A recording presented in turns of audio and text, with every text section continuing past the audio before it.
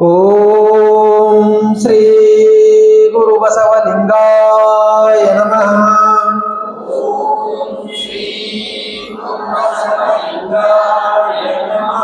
ಓಂ ಶ್ರೀ ಗುರು ಬಸವಲಿಂಗಾಯ ನಮಃ.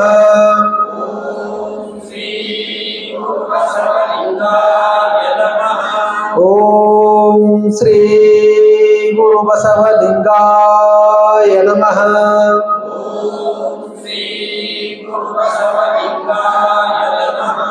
ಅಕ್ಕನ ಯೋಗಾಂಗ ತ್ರಿವೇದಿಗಳು ಅಂತ ಹೇಳ್ರಿ. 50ನೇ ಯೋಗಾಂಗ ತ್ರಿವೇದಿಯಿಂದ ಕೆಳಗೆ ನೋಡ್ಕೊತ ನಡೆವಲ್ಲಿ ನುಡಿವಲ್ಲಿ ಉಡುವಲ್ಲಿ ಉಂಬಲ್ಲಿ ಬಿಡೆನಯ್ಯ ನಿಮ್ಮ ಚರಣವ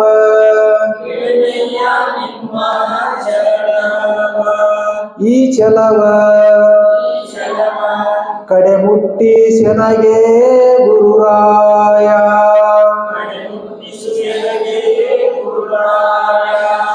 ಘನ ಗುರುವೇ ನೀನೆನ್ನ ಮನದೊಳಗೆ ಇರು ಕಂಡ್ಯ. ಘನ ಗುರುವೇ ನೀನೆನ್ನ ಮನದೊಳಗೆ ಇರು ಕಂಡ್ಯ. ಮನವ ಬಿಟ್ಟಿನಿತು ಅಗಲಿದಡೆ ಬಿಟ್ಟಿನಿತು ಅಗಲಿದಡೆ ನಿಮಗಿನ್ನು ಅನಘ ಶಿವಶರಣರ ಅಡಿಯಾಣೆ. ಆವಾವ ಭೋಗಗಳ ಜೀವ ಭಾವದಿ ನಾನು ಭಾವಿಸುತ್ತ ಪಿಡಿದು ಸವಿದಡೆ. ನರಕದ ಬಾವಿಯೊಳಗೆ ಅಡ್ಡಿ ತಗೆಯ ಗುರು ಕೊಟ್ಟ ಭೋಗವನು ಗುರುವಿಗೆ ನಾನಿತ್ತು. ಗುರು ಕೊಟ್ಟ ಭೋಗವನು ಗುರುವಿಗೆ ನಾನಿತ್ತು. ಗುರುಮುಖದಿಂದ ಒದಗಿದ ಶೇಷವನು ಅರವಿಂದ ಉಂಡು ಸುಖಿಯಾದೆ. ಲಿಂಗವು ಬಂದೆನ್ನ ಅಂಗದೊಳು ನೆಲೆಸಲು ಅಂಗವು ಲಿಂಗದೊಳಗಾದ ಕಾರಣವು ಹಿಂಗಿತ್ತು ಎನ್ನ ಭವಭವವು ಎಲ್ಲ ಭೋಗಗಳಲ್ಲಿ ಪಲ್ಲವಿಸಿ ಇರುತಿಹರು ಬಲ್ಲಡೆ ಅವರ ಪರಿಬೇರೆ. ಶರಣರ ಕುಲ್ಲ ಮಾನವರು ಜರಿವರು ಶರಣರ ಕುಲ್ಲ ಮಾನವರು ಜರೆವರು.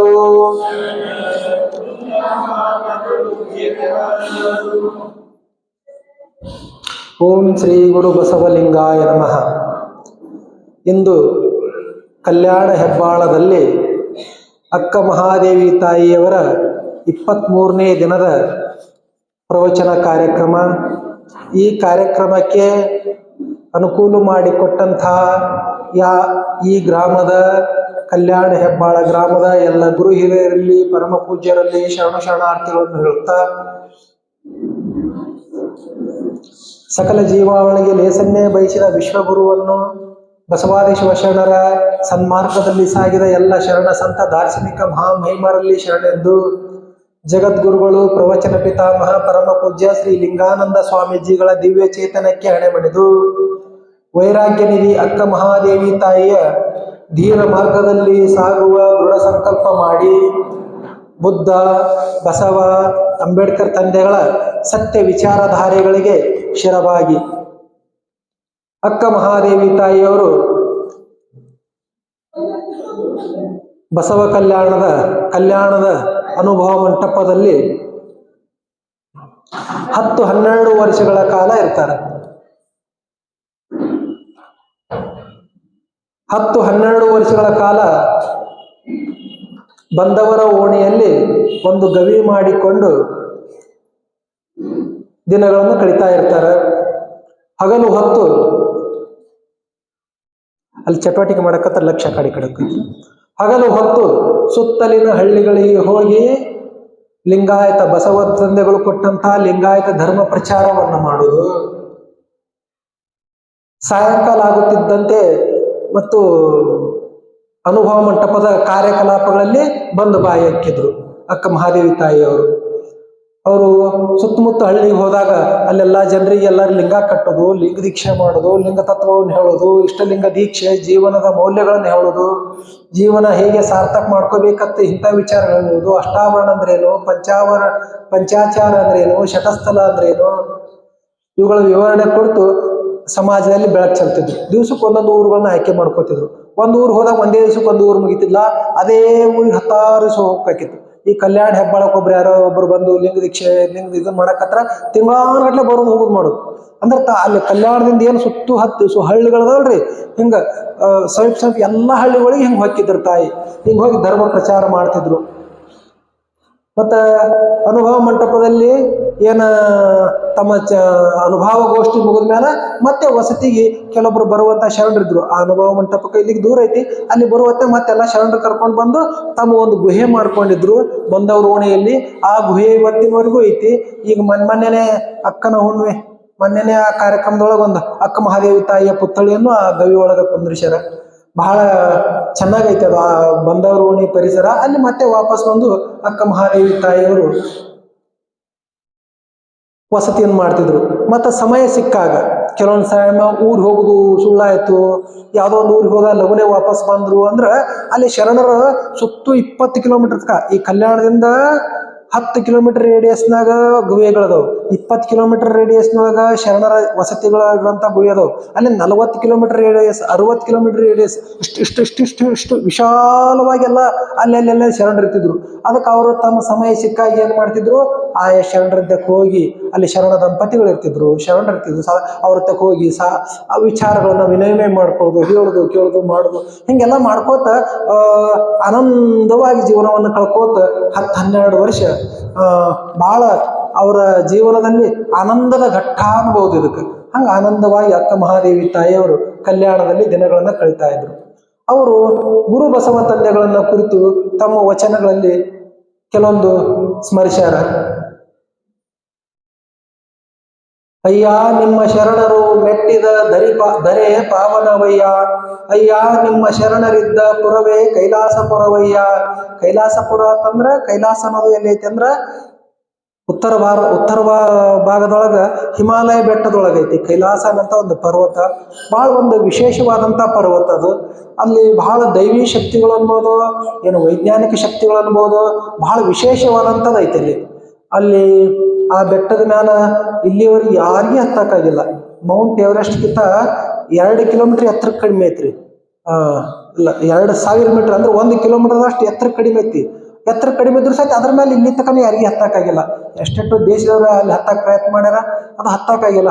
ಅಂಥದ್ದು ಏನೋ ಒಂದು ಶಕ್ತಿ ಅಲ್ಲಿ ಐತಿ ಕೈಲಾಸ ಪರ್ವತ ಅನ್ನೋದು. ಮತ್ತು ಅದು ಕೈಲಾಸ ಪರ್ವತ ಹೆಂಗೈತಿ ಅಂದ್ರೆ ಪಿರಾಮಿಡ್ ಆಕಾರದೊಳಗೆ ಐತಿ. ಪಿರಾಮಿಡ್ಕ 4 ಕಡೆ ಹಿಂಗ ಮುಖ ಇರ್ತಾವಲ್ಲ, ಹಂಗ 4 ಕಡೆ ಮುಖ ಐತ್ರಿ. ಬಂದಾರ ಎಲ್ಲ ಕರಿ ಓ ಮರ ಕೇಳಿ ಕರ್ಕೊಂಬರ್ತೀಯ ಏನ್ರಿಪ್ಪ ನೀವು? ಅವ್ರು ಸರಳ ಬಂದು ಕುಂದಿರ್ಬೇಕಪ್ಪ.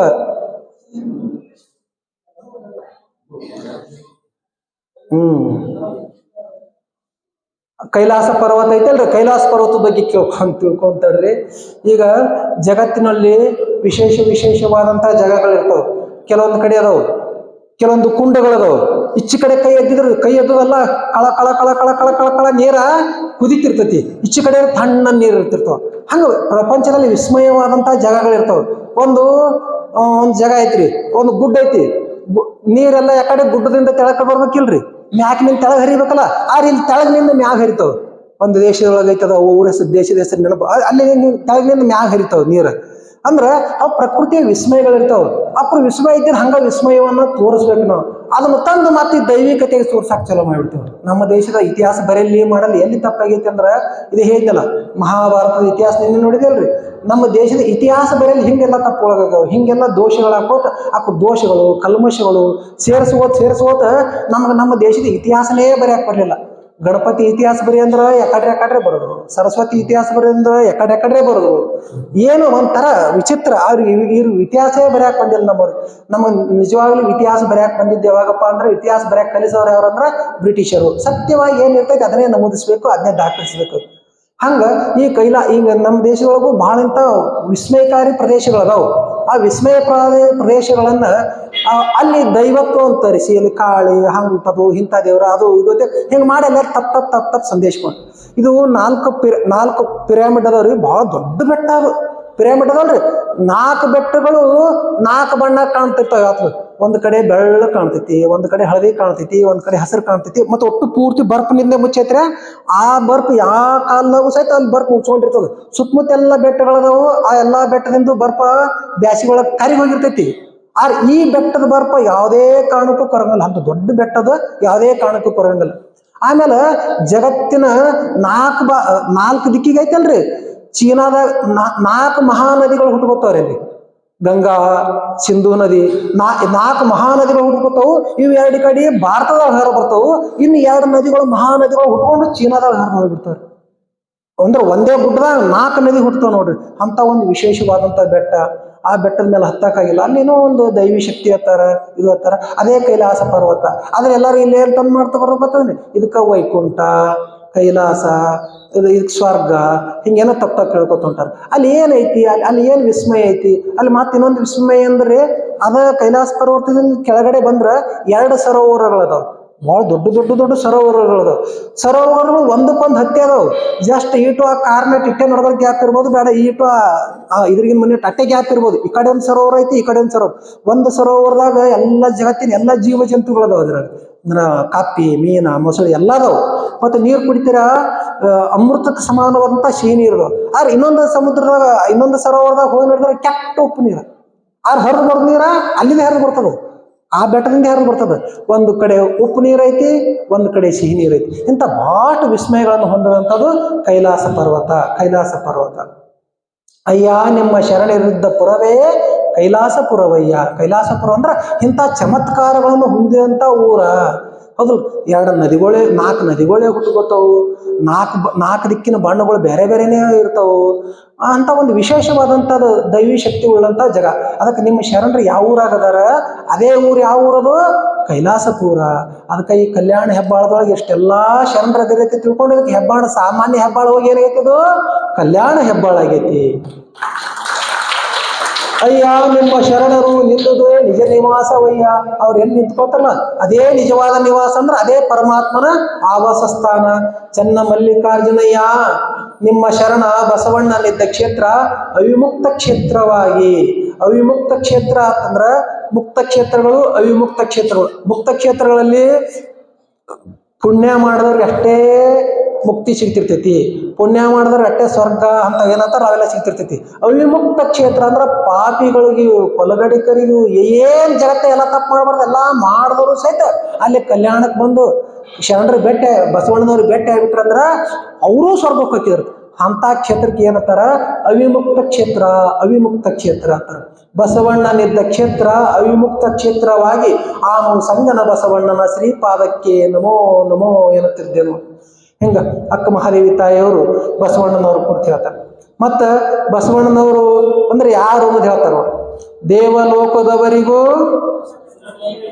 ಮತ್ತೆ ಲೋಕದವರಿಗೂ ನಾಗಲೋಕದವರಿಗೂ ಮೇರುಗಿರಿ ಮಂದರಗಿರಿ ಮೊದಲಾದವೆಲ್ಲಕ್ಕೂ ಚೆನ್ನ ಮಲ್ಲಿಕಾರ್ಜುನಯ್ಯ ನಿಮಗೂ ಎನಗೂ ನಿಮ್ಮ ಶರಣರಿಗೂ ಬಸವಣ್ಣನೇ ದೇವರು. ಬಸವಣ್ಣನವರಂದ್ರ ದೇವರು ಅಂತ ಹೇಳ್ತಾರೆ. ಇಲ್ಲಿ ನೋಡ್ರಿ, ದೇವಲೋಕದವರಿಗೂ ಬಸವಣ್ಣನೇ ದೇವರು ಅಂತಂದ್ರ ಯಾರ ಪುಣ್ಯ ಮಾಡ್ಯಾರ, ಯಾರು ಲಿಂಗ ಪೂಜೆ ಮಾಡ್ಕೋತಾರ, ಯಾರು ದಾನ ಧರ್ಮ ಮಾಡ್ತಾರ, ಯಾರು ಸಮಾಜಕ್ಕಾಗಿ ಬದುಕ್ತಾರಲ್ಲ ಅವ್ರಿಗೆಲ್ಲಾರು ದೇವ್ರು ಯಾರು ಅಂದ್ರ ಅವ್ರಿಗೆ ಸಹಿತ ಅಂದ್ರ ಪುಣ್ಯವಂತರಿಗೂ ಸಹಿತ ದೇವ್ರು ಯಾರು? ಬಸವಣ್ಣನೇ ದೇವರ. ಅಲ್ಲಿ ಮತ್ತೆ ಲೋಕದವರಿಗೂ ಬಸವಣ್ಣನೇ ದೇವರು. ಮತ್ತೆ ಲೋಕದವರಿಗೆ ಅಂದ್ರ ಯಾರು ಈ ಭೂಮಿ ಮ್ಯಾಲಿದ್ದು ಅಂದ್ರ ಒಳ್ಳೆಯವ್ರಿಗೆ ಒಳ್ಳೇದು ಮಾಡೋದು, ಕೆಟ್ಟವ್ರಿಗೆ ಮಾಡೋದು. ಲಗ್ನದಾಗ ಕಾರ್ಯದಾಗ ಇರ್ತಾವ, ಏನೋ ಒಯ್ದಿರ್ತೀರಿ ಮನೆಗೆ 500 ರೂಪಾಯಿ ಸೀರೆ ಒಯ್ದಿರ್ತೀರಿ, ಅವ್ರು ಒಂದು 60 ರೂಪಾಯಿ ಸೀರೆ ಮಾಡಿದ್ರ ತಿಳ್ಕೊ, ಅದನ್ನೆಲ್ಲಾ ಕಡೆ ತೋರ್ಸ್ಕೊಂಬಂದು ಅದನ್ನ ಏನ್ ಮಾಡ್ತೀರಿ ನೀವು? ಜ್ವಾಕಿಲ ತೆಗೆದಿಡ್ತೇವೆ ನಾವು. ಅದನ್ನ ಜ್ವಾಕಿಲ ತೆಗೆದಿಟ್ಟು ಮತ್ತ ಅವ್ರ ಮನ್ಯಾಗ ಕಾರ್ಯ ಬಂದಾಗ ಅದನ್ನ ಒಯ್ದು ಮಾಡ್ತೇವೆ. ಇವ್ರಿಗೆ ಏನತ್ತಾರ? ಮನುಷ್ಯರು ಅಂತಾರ. ಅಂದ್ರೆ ಚಲೋದಕ್ಕೆ ಚಲೋ ಮಾಡೋದು, ಕೆಟ್ಟದಕ್ಕೆ ಕೆಟ್ಟ ಮಾಡೋದು. ಇಂಥವ್ರಿಗೆ ಏನತ್ತಾರ? ಮನುಷ್ಯರು ಅಂತಾರ. ಅಂದ್ರ ಹಂಗ ಪುಣ್ಯವಂತರಿಗೆ ದೇವ್ರು ಯಾರು? ಬಸವಣ್ಣನವರು. ಮತ್ತೆ ಹಿಂಗ ಮನುಷ್ಯರಾಗಿದ್ದವ್ರಿಗೆ ದೇವ್ರು ಯಾರು? ಬಸವಣ್ಣನವರು. ಬರ್ರಿ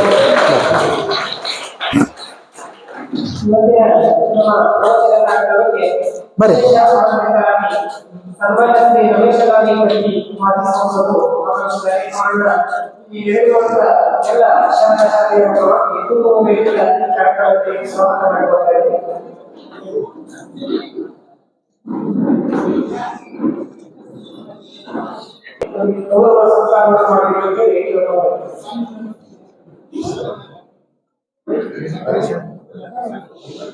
ಆಗಮಿಸಿದಂಥ ಸನ್ಮಾನ್ಯ ಶ್ರೀ ರಮೇಶ್ ಪಿ ಕತ್ತಿಯವರು, ಮಾಜಿ ಸಂಸದರು, ಮುತ್ಸದ್ದಿ ರಾಜಕಾರಣಿಗಳು, ಯುವ ನಾಯಕರು, ಸನ್ಮಾರ್ಗದರ್ಶಕರು ಆದಂಥ ಕತ್ತಿ ಸಾಹೇಬರಿಗೆ ಎಲ್ಲರ ಪರವಾಗಿ ಸುಸ್ವಾಗತ ಹಾಗೂ ಶರಣು ಶರಣಾರ್ಥಿಗಳು.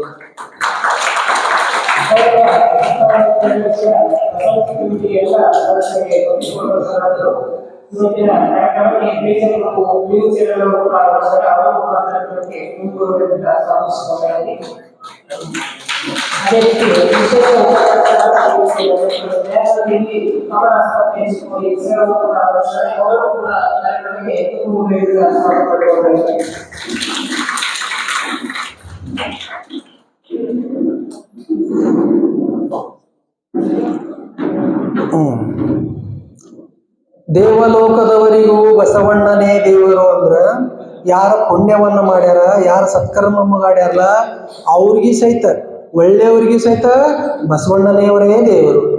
ಮತ್ತೆ ಲೋಕದವರಿಗೂ ಬಸವಣ್ಣ ದೇವರಂದ್ರ ಈ ಕಡೆ ರಾಕ್ಷಸರಲ್ಲ, ಈ ಕಡೆ ದೇವರಲ್ಲ, ಮಧ್ಯದಲ್ಲಿ ಇರುವಂತ ಎಲ್ಲ ಮನುಷ್ಯರಿಗೆ ಸಹಿತ ದೇವರು ಯಾರು? ಬಸವಣ್ಣನವರೇ ದೇವರು. ನಾಗಲೋಕದವರಿಗೂ ಬಸವಣ್ಣನೇ ದೇವರಂದ್ರ ಏನು ಜೀವನದೊಳಗ ಮಾಡಬಾರ್ದಂತ ಕೆಟ್ಟ ಕೆಲಸ ಮಾಡ್ಯಾರ, ತಪ್ಪು ಕೆಲಸ ಮಾಡ್ಯಾರ, ಅನಾಚಾರ ಅತ್ಯಾಚಾರ ಏನೆಲ್ಲ ಮಾಡ್ಯಾರ ಅವ್ರಿಗೆಲ್ಲ ಏನಂತಾರ? ಪಾಪಿಗಳು, ರಾಕ್ಷಸರು, ದೇವುಗಳು ಅಂತಾರ. ಅವ್ರಿಗೆ ಸಹಿತ ದೇವ್ರು ಯಾರಪ್ಪ ಅಂದ್ರ ಬಸವಣ್ಣನೇ ದೇವರು. ಮೇರುಗಿರಿ, ಮಂದರಗಿರಿ ಮೊದಲಾದವೆಲ್ಲಕ್ಕೂ ಬಸವಣ್ಣನೇ ದೇವರು. ಇಲ್ಲಿ ಮೇರುಗಿರಿ, ಮಂದರಗಿರಿ ಅಂದ್ರೆ ಏನು ಎರಡು ಗುಡ್ಡುಗಳ ಹೆಸರು ಹೇಳಕತ್ತನು? ಇಲ್ಲ. ನಮ್ಮ ಅನಾದಿ ಕಾಲದಿಂದ, ಆದಿಕಾಲ 4-5 ವರ್ಷಗಳಿಂದ ನಮ್ಮ ಭಾರತದ ಇತಿಹಾಸವನ್ನ ನೋಡ್ಕೊತ ಬಂದ್ರ ಇಲ್ಲಿ ಎರಡು ಧರ್ಮಗಳ ನಡುವ ಬಹಳ ತಿಕ್ಕಾಟಿರ್ತಿತ್ತು. ಇವರನವರು ಶಿವ ದೊಡ್ಡವ, ಇವರನವರು ವಿಷ್ಣು ದೊಡ್ಡವರು. ಒಂದು ಶೈವ ಪಂಥ, ಒಂದು ವೈಷ್ಣವ ಪಂಥ, ಇವೆರಡು ದೊಡ್ಡ ಬೆಟ್ಟಗಳಾಗಿದ್ದು ಒಂದಕ್ಕೊಂದು ಟಕ್ಕರ್ ಮಾಡ್ತಿದ್ವು. ಒಂದಕ್ಕೊಬ್ರು ಅವ್ರ ಸ್ವಾಮಿಗಳು ಇವ್ರ ಕಲಾಸ ಮಾಡೋದು, ಇವ್ರ ಸ್ವಾಮಿ ಅದನ್ನ ಫಾಲೋವರ್ಸ್, ಇವ್ರ ಕಲಾಸ ಮಾಡೋದು, ಇವ್ರ ಫಾಲೋವರ್ಸ್ ಇದೊಂದು ಭಾಳ ನೋಡಿತ್ತು. ಆ ಮೇರುಗಿರಿ, ಮಂದರಗಿರಿ ಮೊದಲಾದವೆಲ್ಲಕ್ಕೂ ಬಸವಣ್ಣನೇ ದೇವರು. ಇವೆರಡು ದೊಡ್ಡ ಬಿಟ್ಟು ಸಣ್ಣ ಸಣ್ಣ ಸಣ್ಣ ಸಣ್ಣ ಪಂಥಗಳಿದ್ದು, ಇವ್ರು ಎಲ್ಲಾರಿಗೂ ದೇವ್ರು ಯಾರು? ಬಸವಣ್ಣನೇ ದೇವರು. ಚನ್ನ ಮಲ್ಲಿಕಾರ್ಜುನಯ್ಯ, ಆ ದೇವರಿಗೆ ಚನ್ನ ಮಲ್ಲಿಕಾರ್ಜುನಯ್ಯ, ನಿಮಗೂ ಎನಗೂ ನಿಮ್ಮ ಶರಣರಿಗೂ ಬಸವಣ್ಣನವರೇ ದೇವರು. ಅಂದ್ರ ಯಾಕೆ ಹಿಂಗೆ ಹೇಳಕತ್ತಾರಂದ್ರ ಜಗತ್ತಿನೊಳಗೆ ಏನಾದರೂ ಆಗಬಹುದು, ಬಸವಣ್ಣನವರು ಆಗಕ ಯಾರ ಕಡೆಯಿಂದ ಸಾಧ್ಯ ಇಲ್ಲ. ಅಂಥ ದೈವೀ ಗುಣಗಳು, ಅಂಥ ಮಾನವೀಯ ಗುಣಗಳು ಅವ್ರಂತೆ ಅಳವಟ್ಟಿದ್ದು. ಅದ್ರ ಸಲುವಾಗಿ ಬಸವಣ್ಣನವ್ರು ಆಗಕ ಸಾಧ್ಯನೇ ಇಲ್ಲ. ಆ ದೇವರಿಗೆ ಸಹಿತ ದೇವರಾಗಿದ್ದವ್ರು ಯಾರಪ್ಪ ಅಂದ್ರ ಬಸವಣ್ಣನವರು. ಇನ್ನೊಂದು ವಚನದಾಗ ಹೇಳ್ತಾರು, ಆದಿ ಅನಾದಿಗಳಿಂದ ತತ್ತಲ್ಲಯ್ಯ ಬಸವಣ್ಣನು, ಮೂದೇವರ ಮೂಲ ಸ್ಥಾನವಯ್ಯ ಬಸವಣ್ಣನು, ನಾದು ಬಿಂದು ಕಳಾತೀತ ಆದಿ ನಿರಂಜನನಯ್ಯ ಬಸವಣ್ಣನು, ಆ ನಾದ ಸ್ವರೂಪವೇ ಬಸವಣ್ಣನಾದ ಕಾರಣ ಆನು ಬಸವಣ್ಣನ ಪಾದಕ್ಕೆ ನಮೋ ನಮೋ ಎನ್ನುತ್ತಿದ್ದೆನಯ್ಯ ಚನ್ನಮಲ್ಲಿಕಾರ್ಜುನಯ್ಯ. ಆದಿ ಅನಾದಿಗಳಂದಿತ್ತ ಬಸವಣ್ಣನು ಅಂದ್ರ ಆದಿ ಅನಾದಿ ಕಾಲದಿಂದನೂ ಯಾರದಾರ ಜಗತ್ನಾಗ ದೇವ್ರದನ. ದೇವ್ರದಿಂದ ಆದಿ ಅನಾದಿ ನಾದ ಬಿಂದು ಕಲೆ ಎಲ್ಲಾನು ಜಗತ್ನಾಗ ಹುಟ್ಕೊಂಡಿದ್ದೇ ಪರಮಾತ್ಮನಿಂದ. ಆದ್ರೆ ಬಸವಣ್ಣನವ್ರು 800-900 ವರ್ಷದಿಂದ ಬಂದಾರ. ನಮ್ಮ ಅಕ್ಕ ಮಹಾದೇವಿ ತಾವ್ರು ಏನ್ ಹೇಳ್ತಾರ, ಅದಕ್ಕಿಂತ ಮೊದಲು ಇದ್ದವ್ರು ಬಸವಣ್ಣನವರು ಅಂತ ಹೇಳ್ತಾರ. ಅಂದ್ರ ಆ ಬಸವಣ್ಣನವರು ಅನ್ನಂತವ್ರು ಬೇರೆ ಅಲ್ಲ, ಆ ಪರಮಾತ್ಮನವರು ಬೇರೆ ಅಲ್ಲ. ಇಲ್ಲಿ ಮೌಢ್ಯತೆ, ಮೂಢನಂಬಿಕೆ, ಕಂದಾಚಾರ, ಅಂಧಶ್ರದ್ಧೆ, ಮಾನವರಲ್ಲಿ ಭಿನ್ನತೆಗಳು, ಬಡವ ಶ್ರೀಮಂತ, ಆ ಜಾತಿ ಈ ಜಾತಿ, ರೋಗಿಗಳು ದುಃಖಿಗಳು ಅನಾಥರು, ಇವ್ರದೆಲ್ಲಾ ಕಷ್ಟ ನೋಡಿದ ಆಧಾರಕ ಪರಮಾತ್ಮನ ಏನ್ ಮಾಡಿದ, ಬಸವಣ್ಣನವ್ರ ರೂಪದಾಗ ಧರಿಸಿ ಬಂದಾನ ಅನ್ನೋದು ಈ ಮಾತಿನ ಅರ್ಥ ಆಗೈತಿ. ಇಷ್ಟಲಿಂಗದಾತ ಬಸವಣ್ಣನವರು. ಬಸವಣ್ಣ ನಿಮ್ಮ ದಂಗದ ಆಚಾರವ ಕಂಡು ಎನಗೆ ಲಿಂಗ ಸಂಘವಾಯಿತ್ತಯ್ಯ. ಅಂದ್ರ ಬಸವಣ್ಣನವರ ಅಂಗದ ಆಚಾರ ಅಂದ್ರ ಅವರ ಪರಿಶುದ್ಧತೆಯನ್ನು ಕಂಡು ಅವರು ಏನು ನುಡಿದಿದ್ರಲ್ಲ ಅದೇ ತರ ನಡೀತಿದ್ರು. ನುಡಿ ನಡೆ ಒಂದಾಗಿರುವಂತ ಜಗತ್ತಿನ ಮಹಾನ್ ಶ್ರೇಷ್ಠ ದಾರ್ಶನಿಕರಂದ್ರ ಬಸವಣ್ಣನವರು. ಬಸವಣ್ಣ ನಿಮ್ಮ ಮನದ ಸುಜ್ಞಾನವ ಕಂಡು ಎನಗೆ ಜಂಗಮ ಸಂಬಂಧವಾಯಿತ್ತಯ್ಯ. ಅಂದ್ರ ಮನದ ಸುಜ್ಞಾನ ಅಂತಂದ್ರ ಅವ್ರ ಸದಾಕಾಲ ತಲೆ ಒಳಗೆ ಏನಿರ್ತಿದ್ದು, ಸುವಿಚಾರಗಳೇ ಇರ್ತಿದ್ದು. ಜಗತ್ತಿಗೆ ಕಲ್ಯಾಣ ಮಾಡುವಂತ ಮಾರ್ಗ ತದ್ದು ಸುವಿಚಾರಗಳಲ್ಲಿ ಅವರು ತುಂಬಿಕೊಂಡಿರ್ತಿದ್ದು. ಅದಕ್ಕೆ ನನಗೇನಾಯ್ತು, ಜಂಗಮ ಸಂಬಂಧವಾಯಿತಯ್ಯ. ಅಂದ್ರೆ ಅಕ್ಕ ಮಹಾದೇವಿ ತಾಯಿಯರು ಏನ್ ಹೇಳ್ತಾರ, ಒಂದೇ ಇದ್ರಾಗ ಬಸವಣ್ಣ ನಿಮ್ಮ ಅಂಗದ ಆಚಾರವ ಕಂಡು ನನಗೆ ಲಿಂಗ ಸಂಬಂಧವಾಯಿತು. ಆದ್ರೆ ಅಕ್ಕ ಮಹಾದೇವಿ ತಾಯಿಯವರು ಅನುಭವ ಮಂಟಪಕ್ಕೆ ಬರೋಕ್ಕಿಂತ ಮೊದಲೇನ್ ಹೇಳ್ತಿದ್ರು, ಈ ತನು ಐತಲ್ಲ ಇದನ್ನ ಏನ್ ಮಾಡೋದು, ಇದನ್ನ ಸುಟ್ಟು ಬಿಡೋದು, ಇದನ್ನ ನಾಶ ಆಗ್ಲಿ, ಇದು ಕೆಡಲಿ ಹೇಳ್ತಿದ್ರು. ಆದ್ರೆ ಇಲ್ಲಿ ಬಂದು ಬಸವಣ್ಣನವರ ತನುವನ್ನು ನೋಡಿ ಈ ತನುವಿನ ಶ್ರೇಷ್ಠತೆ ಎಷ್ಟೈತಿ. ಕಲುದ ಏನಾದ್ರೂ ಜಗತ್ತಿನೊಳಗೆ ಸಾಧಿಸ್ಬೇಕಾದ್ರೆ ಈ ಶರೀರದಿಂದ ಸಾಧಿಸಬಹುದು ಅಂತ ಅದನ್ನ ನೋಡಿ ಅಕ್ಕ ಮಹಾದೇವಿ ತಾಯಿ ತನ್ನ ಶರೀರವನ್ನೇ ಚೆನ್ನಾಗಿ ಇಟ್ಕೊಳ್ಳೋ ವ್ಯವಸ್ಥೆ ಮಾಡ್ತಾರೆ. ಬಸವಣ್ಣ ನಿಮ್ಮ ಮನದ ಸುಜ್ಞಾನವ ಕಂಡು ನನಗೆ ಜಂಗಮ ಸಂಬಂಧವಾಯಿತು. ಬಸವಣ್ಣನವರು ಒಳ್ಳೆ ವಿಚಾರಗಳನ್ನು ನೋಡಿ ಅಂದ್ರೆ ಒಳ್ಳೆ ವಿಚಾರಗಳನ್ನ, ಸಮಾಜವನ್ನು ಅವರು ಮಾಡುತ್ತಿರುವಂತ ಪ್ರೀತಿ, ಸಮಾಜದ ಮೇಲೆ ಇರುವಂತ ಪ್ರೀತಿಯನ್ನು ನೋಡಿ ಅಕ್ಕ ಮಹಾದೇವಿ ತಾಯಿಗೂ ಅನಿಸ್ತು, ನಾನು ಈ ತರನೇ ಸಮಾಜವನ್ನ ಪ್ರೀತಿ ಮಾಡ್ಬೇಕು. ಅವಾಗ ಮೊದ್ಲು ಏನಂತಿದ್ರು, ಅವು ಬೇಡ, ಅಪ್ಪು ಬೇಡ, ಊರನವ್ರು ಬೇಡ, ಬಂಧುಗಳು ಬೇಡ, ಯಾರ್ಯಾರು ಬೇಡ, ನಾನು ಚನ್ನಮಲ್ಲಿಕಾರ್ಜುನ ಒಬ್ಬನೇ ಬೇಕು ಅಂತ ಬಂದಂತ ತಾಯಿ ಇಲ್ಲಿ ಏನ್ ಹೇಳಾಕ್ತಾರ ಅಂದ್ರೆ ಎಲ್ಲಾರು ಬೇಕು, ಎಲ್ಲಾರ ಸ್ವರೂಪದೊಳಗೆ ಯಾರದಾರ, ಇಲ್ಲಿ ಕಣ್ಣಿಗೆ ಕಾಣಂತವ್ರು ಎಲ್ಲಾರು ಯಾರದಾರ, ಇವರು ಚನ್ನಮಲ್ಲಿಕಾರ್ಜುನ ದೇವನೇ ಅದಾನ. ಇದು ನನಗೆ ಹೆಂಗ ಗೊತ್ತಾಯ್ತಂದ್ರ ಬಸವಣ್ಣನವ್ರಿಂದ ಗೊತ್ತಾಯ್ತು. ಬಸವಣ್ಣ ನಿಮ್ಮ ಸದ್ಭಕ್ತಿಯ ತಿಳಿದು ನನಗೆ ನಿಜವೂ ಸಾಧ್ಯವಾಯಿತು. ಸದ್ಭಕ್ತಿ ಅಂದ್ರ ಸತ್ಕ್ರಿಯೆ, ಒಳ್ಳೆ ಕ್ರಿಯೆ, ಬರೇ ತಲೆ ವಿಚಾರ ಒಳ್ಳೆ ಇದ್ದು ಕ್ರಿಯೆಗಳನ್ನ ಮಾಡ್ಲಿಕ್ಕಂದ್ರ ಸತ್ಕ್ರಿಯೆಗಳನ್ನ ಕಂಡು, ಅಂದ್ರೆ ಎಲ್ಲಾರು ಸೇವೆ ಮಾಡುವುದನ್ನು ಕಂಡು, ಎಲ್ಲರ ಸೇವೆಯನ್ನು ಕಂಡು ನನಗೆ ಏನಾಯ್ತು, ಸದ್ಭಕ್ತಿ ನನಗ ನಿಜ ಅರ್ಥ ಆಯ್ತು. ಏನು ನಿಜ ಅಂದ್ರ ಕಣ್ಣಿಗೆ ಕಾಣುವ ಎಲ್ಲ ಸಚರಾಚರಗಳೆಲ್ಲ ಏನೈತಿ, ಪರಮಾತ್ಮನ ಸ್ವರೂಪ ಐತಿ, ಅದರ ಸೇವಾ ಮಾಡ್ಬೇಕನ್ನೋದು ನನಗೆ ಗೊತ್ತಾಯ್ತು.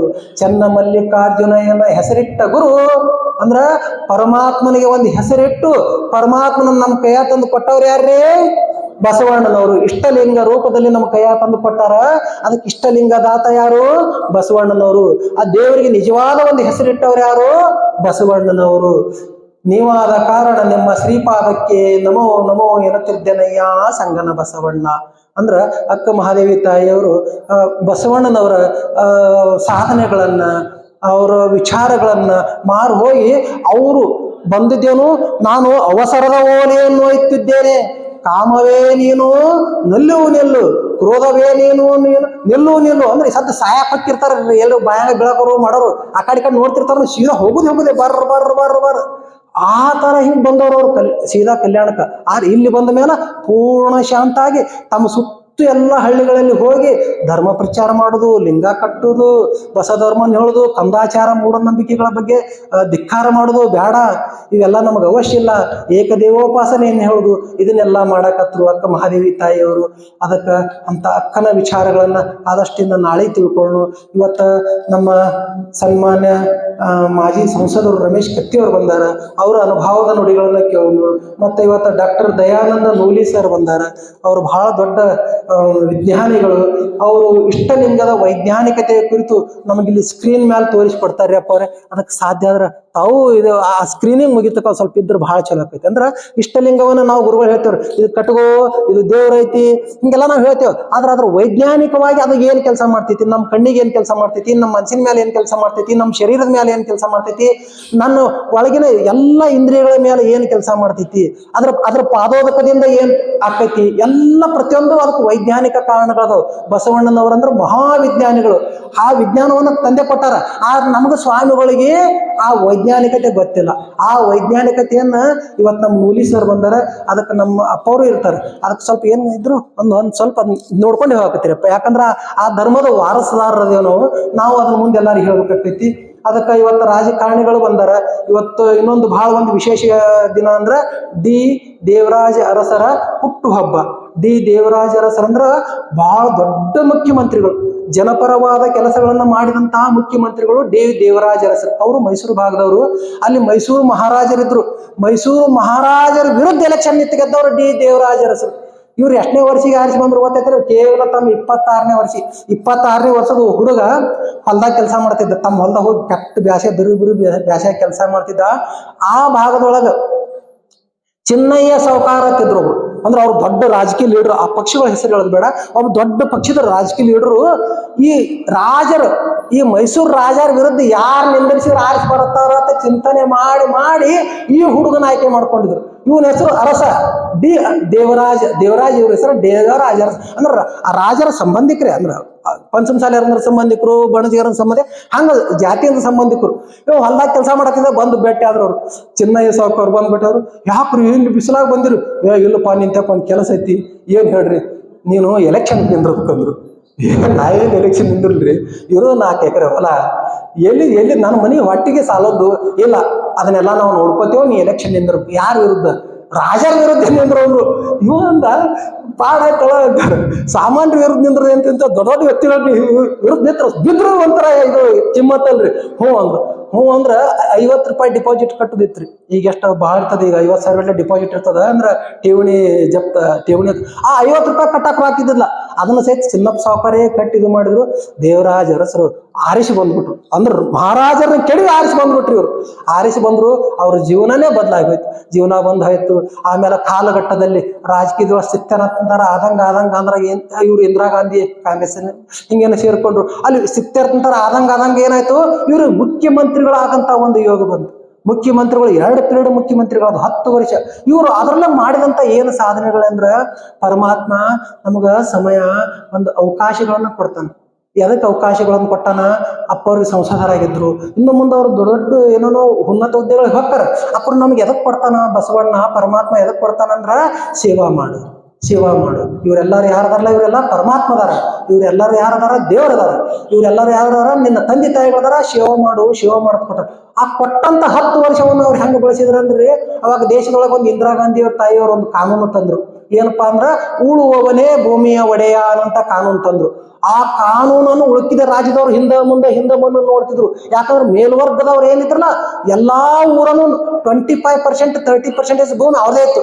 ನಿಮ್ ಊರಿಗೆ ಒಂದು 100 ಎಕರೆ ಭೂಮಿ ಐತಂದ್ರೆ ಅದ್ರಾಗ 25-30 ಎಕರೆ ಭೂಮಿ ಎಲ್ಲ ಯಾರ್ದ್ರಿ? ಆ ಮೇಲ್ವರ್ಗದ 1-2% ಇರ್ದಿತ್ತು. ಈ ಕುಲಕರ್ಣಿಯರು ಏನ್ ರಾಯರು ಇದ್ರಲ್ಲ, ಇವ್ರದೇ ಇದ್ದು. ಅಕ್ರು ಒಟ್ಟು ಇಡೀ ವ್ಯವಸ್ಥೆನೇ ಅವ್ರ ಕೈಗಿತ್ತು. ಅದಕ್ಕೆ ಉಳಿದ ರಾಜ್ಯದವ್ರು ಹಿಂದೆ ಹಾಕತ್ತಿದ್ರು. ಆ ಫಸ್ಟ್ಗೆ ಇಡೀ ದೇಶದಾಗ ಅದನ್ನ ಜಾರಿ ಒಳಗೆ ತಂದವ್ರಂದ್ರೆ ಡಿ ದೇವರಾಜ ಅರಸರು. ಯಾರು ಹೊಲ ಬಿತ್ತಾರ ಬೆಳಿತಾರಲ್ಲ ಅವರೇ ಮಾಲಕರು ಅಂತ ಹೇಳ್ಬಿಟ್ರು. ಮತ್ತ ಇಟ್ಟು ಅಂದಿನ ಸುಮ್ ಬಿಡ್ತಾರನ್ನ ಇವ್ರು ದೊಡ್ಡ ವ್ಯಕ್ತಿಗಳು. ಕೋಟ ಕಚೇರಿ ಹಾಕ್ತಾರ. ಕೋಟ ಕಚೇರಿ ಹಾಕಿದ್ರೆ ರೈತರಿಗೆ ಕೋರ್ಟಿಗೆ ಹೋಗಿ ಇದು ಕಚೇರಿ ಒಳಗೆ ಎಲ್ಲ ತಕ್ಕೈತಿರು. ಅದಕ್ಕೆ ಬೇಡ, ಅದಕ್ಕೊಂದು ಒಂದು ಮಂಡಳಿನೇ ತಯಾರು ಮಾಡಿ, ಒಂದು ಕಾನೂನು ಮಂಡಳಿ, ಸರ್ಕಾರದಿಂದ ಒಂದು ಕಾನೂನು ಮಂಡಳಿ ಮಾಡಿದ್ರು. ಕಾನೂನು ಮಂಡಳಿ ಒಳಗೆ ಹೆಂಗ್ ವ್ಯವಸ್ಥೆ ಮಾಡಿದ್ರಂದ್ರ, ಆ ಹೊಲ ಅವನೇ ಬೆಳೆ ಹೊಡಿತಿದ್ನಿಲ್ಲೋ, ಅವನೇ ಬಿತ್ತಿದ್ನಿಲ್ಲೋ, ಅವ್ ದುಡಿತಿದ್ನಿಲ್ಲೋ, ಅದನ್ನ ಪಕ್ಕ ಮಾಡ್ಕೊಳ್ಳೋದು ಅವನ ಹೆಸರಲ್ಲಿ ಖಾತಾ ಮಾಡಿಸ್ಕೊಳ್ಳೋದು. ಇಂಥ ಒಂದು ಯೋಜನೆ ಅಂತಂದ್ರು. ಅದಕ್ಕೆ ಅವರಿಗೆ ಕರ್ನಾಟಕದ ಸಾಮಾಜಿಕ ಹರಿಕಾರರು ಅಂತಾರ. ಅಂತ ಮಹಾನ್ ಮುತ್ಸದ್ದಿರ ರಾಜಕಾರಣಿಗಳು ಅವರ ಇವತ್ತು ಜನ್ಮದಿನ, ಅದಕ್ಕೆ ಇವತ್ತು ನಮ್ಮ ರಮೇಶ್ ಕಟ್ಟಿಯಪ್ಪ ಅವರು ಬಂದಾರ. ಇವ್ರು ಬಹಳ ಮುತ್ಸದ್ದಿ ರಾಜಕಾರಣಿಗಳು ಅದಾರ.